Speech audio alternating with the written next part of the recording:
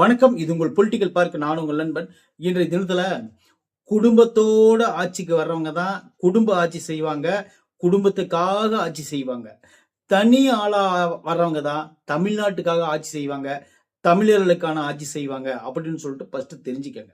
குடும்பத்தோட வரவங்க என்ன பண்ணுவாங்க பாத்தீங்கன்னா, குடும்பத்தோட வரவன் அடுத்தது அவங்க பொண்டாட்டி, அடுத்தது அவங்க பிள்ளைங்க, அடுத்தது அவங்க பேரங்க, அடுத்தது அவங்க பேர குழந்தைங்க பேரங்க, இந்த மாதிரி தொடர் சங்கிலி மாதிரி புறப்பட்டு வரும். ஆனா தனி மனிதனா ஆட்சிக்கு வந்தவங்க அந்த ஆட்சியை வேற யாராச்சுக்கிட்ட ஒப்படைச்சிட்டு போயிடுவாங்க. அவங்க அந்த வழியை கொண்டு போய் நடத்துவாங்க. அதுக்கு உதாரணமா நாம ஒரே ஒருத்தரை பார்க்க போறோம். அது யாருன்னு பார்த்துட்டு அப்புறம் விஜய் சாரை பத்தி நம்ம பார்ப்போம். முதல்ல சரி மஸ்ட் இந்த வீடியோக்குள்ள இன்ட்ரோடக்ஷன் முடிச்சுட்டு வாங்க. அரசியல்ல இதெல்லாம் சாதாரணமாப்பா. வணக்கம். அதாவது பாத்தீங்கன்னா, கிங் மேக்கர் அப்படின்னு தமிழ்நாட்டுல சொல்லக்கூடிய ஒரு நபர் இருக்காருன்னா அது நம்ம பெருந்தலைவர் காமராஜரை தான் நம்ம சொல்லணும். கடைசி வரலும் கல்யாணம் பண்ணிக்காம தான் மக்களுக்காக தான் வாழணும்னு சொல்லிட்டு ₹1 சேர்த்து வைக்காம போன மனுஷன் தான் நம்ம காமராஜர். அவர் நம்ம ஏன் அப்படி சொல்றோம்னு பாத்தீங்கன்னா, இன்னைக்கும் காமராஜருடைய பெருமையை நம்ம பேசுறோம்னு பாத்தீங்கன்னா, அவர் செஞ்ச ஆட்சி தான். அந்த 9 ஆண்டு கால ஆட்சி தான் பொற்கால ஆட்சி. அந்த 9 ஆண்டு காலம் தான் தமிழ்நாட்டுக்கு விடியலான ஆட்சி. அந்த 9 ஆண்டு காலம் தான் இத்தனை அணைகள் கட்டப்பட்டது, இத்தனை குழந்தைகள் படிச்சாங்க, இத்தனை பள்ளிக்கூடங்கள் திறக்கப்பட்டதுன்னு சொல்லிட்டு நம்ம பெருமையா பேசுறோம்னா அந்த one man army, single man army Kamarajar மட்டும்தான். அவரை குறிச்சு தான் நாம இன்னைக்கு யாரோட கம்பேர் பண்ண போறோம்னு பாத்தீங்கன்னா, விஜய் சாரோட கம்பேர் பண்ண போறோம். விஜய் சார் இப்போ ஒரு ஆட்சிக்கு வராருன்னு வச்சுக்கோங்க. ஐயா சந்திரசேகர் சோபா அவர்களையும் அண்டு சங்கீத பையன் ஜோசன் சஞ்சயும் அல்லது பொண்ணையும் இவங்களெல்லாம் குடும்பத்தோட எல்லா மேடைகளையும் ஏறி எல்லா குடும்பத்துல முன்னாடி வயசுல உட்கார வச்சுட்டு இவர் மட்டும் இப்போ தமிழ்நாடை காப்பாற்ற போறேன், அங்க போறேன், இங்க போறேன், அப்படி போறேன், இப்படி போறேன்னு சொல்லி இருந்தாருன்னு வச்சுக்கோங்களேன். ஒரு பயம் நம்பியிருக்க மாட்டான். எல்லாரும் ஜால்ரா அடிக்கிற கோஸ்டிங் வேணா நம்பும், மற்றபடி தமிழ்நாட்டுல முக்கால்வாசி பேர் நம்பி இருக்க மாட்டாங்க. ஆனா இன்னைக்கு கட்டின பொண்டாட்டி வேண்டாங்குது, பெத்த அப்பா அம்மா எதிர் வினையாட்டுறாங்க. அடுத்து பையன் பொண்ணு நாளைக்கு ஏதாவது ஒரு சிக்கலை அப்பா வேண்டாம் அப்படிங்கிற மாதிரி பண்ணுவாங்க.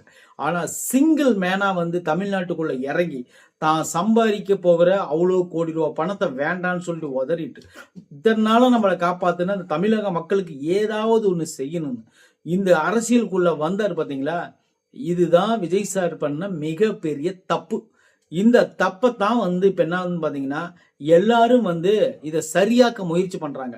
எப்படி சரியாக்க முயற்சி பண்றாங்கன்னு பாத்தீங்கன்னா, இந்த மக்கள் அடிமைகளா இருக்கக்கூடிய மக்கள். இவங்களை நீ விடுதலை பண்ணலான்னு இனி எப்படி வரலாம்?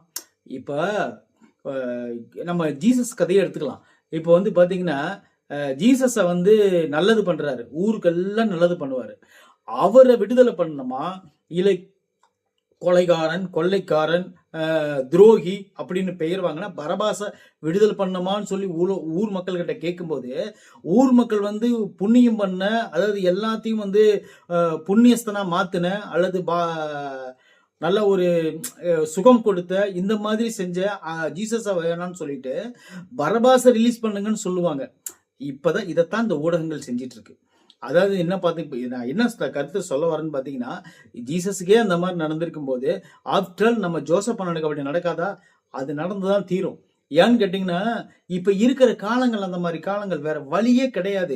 ஆனா ஒரு குறிப்பா நான் ஒரே ஒருத்தரை மட்டும் நான் பாராட்டியே தீரணும். யாருன்னு பாத்தீங்கன்னா, அண்ணாமலை அண்ணனை நான் பாராட்டியே ஆகணும். அண்ணாமலை அண்ணனை எப்படின்னு பாராட்டுன்னு பாத்தீங்கன்னா, அவருக்கு நம்மளுக்கு 1008 கருத்து இருக்கும், அவருக்கு பிஜேபியில அதனால நம்மளுக்கு கருத்து இருக்கும்.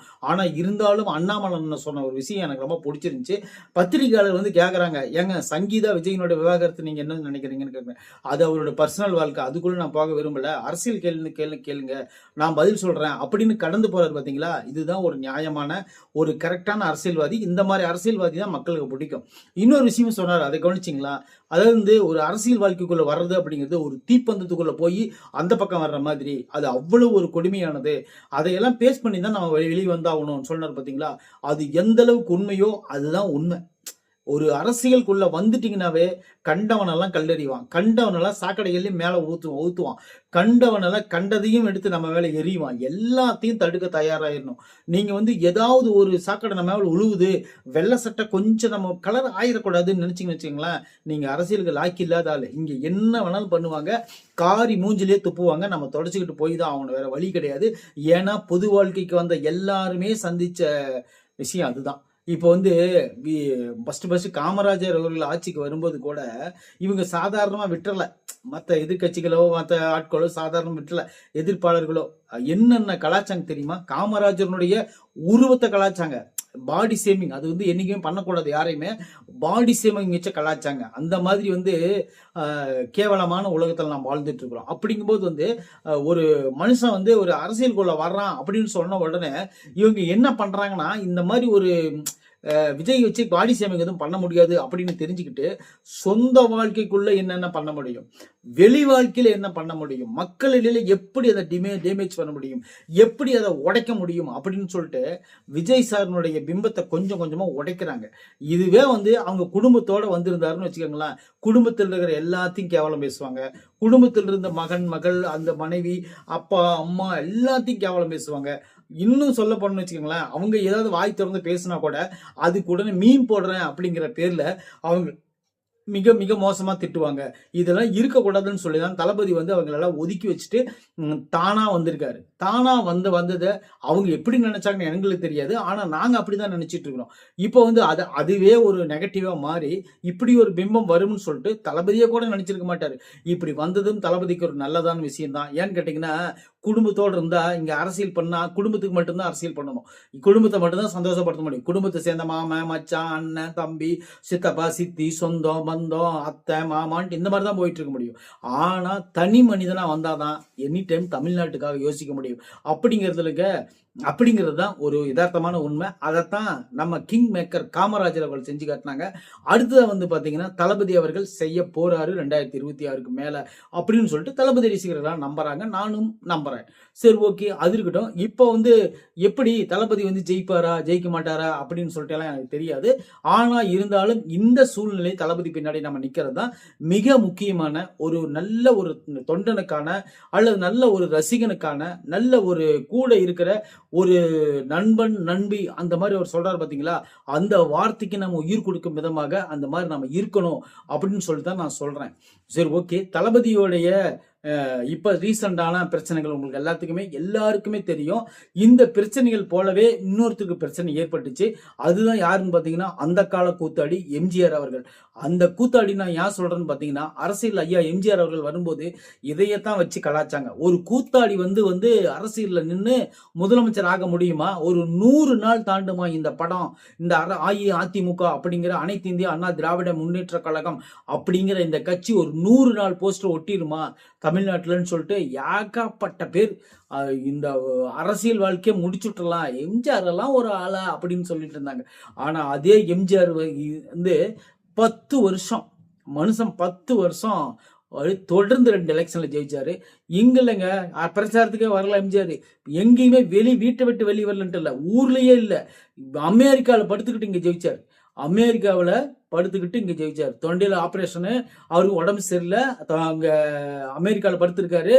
அங்க இருந்துகிட்டு பிரச்சாரம் பண்ணாமலே ஒரு போட்டோ காட்டியே இங்க வந்து எம்ஜிஆர் ஜெயிக்க வச்சாங்கும் போது, எங்க பனையூர் பண்ணையார வந்து பனையூர்ல தான் இருக்காரு, இங்க பாரின்லாம் இல்ல, இவத்தால பனையூர்ல தான் இருக்காரு. சும்மா ஒரு வீடியோ கால் போட்டுவிட்டா உலகம் பூரா பாக்குது. அப்படிங்கும்போது அமெரிக்காவில இருந்து ஜெயிக்க வச்சாரு. இவத்தால் இருக்கிற இந்த பனையூர்ல இருக்கிற ஆள் ஜெயிக்க மாட்டாங்களா? மக்களுக்கு எல்லாமே தெரியும் எது நல்லது எது கெட்டதுன்னு சொல்லிட்டு. அவதூறு பேசினா அதை ரசிப்பாங்களே தவிர, அதாவது ஒரு தெருவில் ஒரு சண்டை வருதுன்னா அந்த சண்டையை பார்த்து ரசிப்பாங்க. 2 பேர் சண்டை போட்டுக்கிட்டு இருக்காங்கன்னா அது இலை கூட்டது கூட அதிகமாக பார்க்க மாட்டாங்க, அதை ரசிப்பாங்க. ஆனா இருந்தாலும் அதே சண்டை நம்ம வீட்டுக்குள்ள வரும்போது தான் கஷ்டமா இருக்கும். அதை வந்து உணர்ந்துக்குவாங்க மக்கள். போக அப்படியே மொல்ல தான் எல்லாத்தையும் வந்து கேதர் பண்ண முடியும். எல்லாரும் ஒரே மறந்துட்டாங்கன்னா இந்த உலகம் தாங்காது. அதனாலதான் ஒவ்வொருத்தருக்கும் ஒவ்வொரு மனநிலை வச்சிருப்பாங்க. இந்த ஆளை வந்து இவ்வளவு தூரம் தான் நம்ம மனநிலை கொண்டு வர முடியும் அப்படின்னு சொல்லிட்டு சரி எல்லாரும் புரிஞ்சுக்குவாங்க. அன்னைக்கு வந்து தளபதிக்கு வந்து மிகப்பெரிய ஒரு வெற்றி காத்திருக்கு.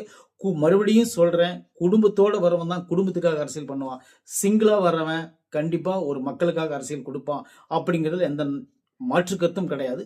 நன்றி, வணக்கம்.